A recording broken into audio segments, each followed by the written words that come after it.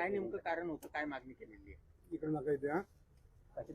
माझ्यासाठी सगळ्यात महत्वाचा विषय एक आहे की ज्याला जे म्हणलं जातं ना, ज्याला कर नाही त्याला डर कशा.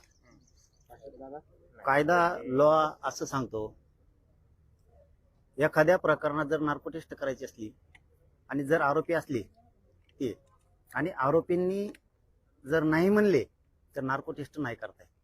इथं माझ्या प्रकरणातला, घातपाताच्या प्रकरणातला, त्या धन्याने जो घातपाताचा विषय ठरवलेला होता, चिकट रचलेला होता, त्यातला आरोपी येऊनच म्हणतोय नार्को टेस्ट करायची.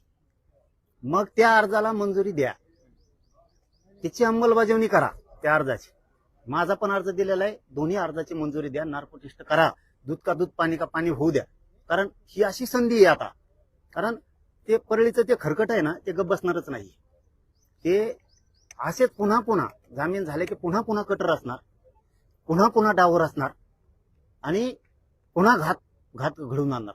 हे 100% तो करणार आहे आणि हे तेव्हाच लक्षात येतं बघा.